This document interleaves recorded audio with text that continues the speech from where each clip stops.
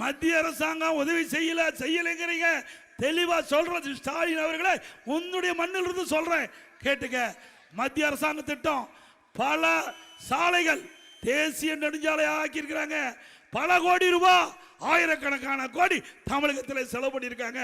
Railway பாதை நீடிக்க வேண்டும்னு பல முறை மாநில அரசு கேட்டாங்க, அதுக்கு நிலம் எடுத்து கொடுக்கல. பல ரயில்கள் வேண்டும்னு கேட்டோம், எல்லா ஊருக்கும் ரயில் விட்டுருக்காங்க. வந்தே பாரத் ரயில், ஸ்பீடா போற ரயில், அது நமக்கு கொடுத்துருக்குறாங்க.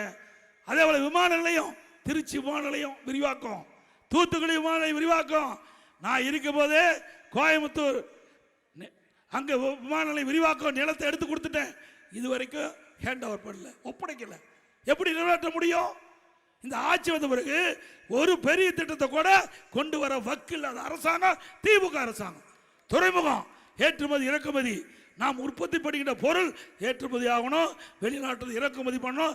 அதுக்கு துறைமுகம், தூத்துக்குடி வஉசி துறைமுகம் விரிவாக்கம் பண்ணியிருக்காங்க, சென்னை துறைமுகம் விரிவாக்கம் பண்ணியிருக்குது.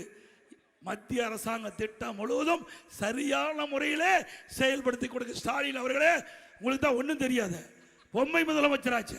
இனிமேல் படிச்சு பார்த்தாவது தெரிஞ்சுக்க, படிச்சு பார்த்தாவது தெரிஞ்சுக்கப்பா. மத்திய அரசாங்கத்தில் என்னென்ன திட்டம் கொண்டாந்துருக்காங்க, எவ்வளவு நிதி ஒதுக்கியிருக்காங்க.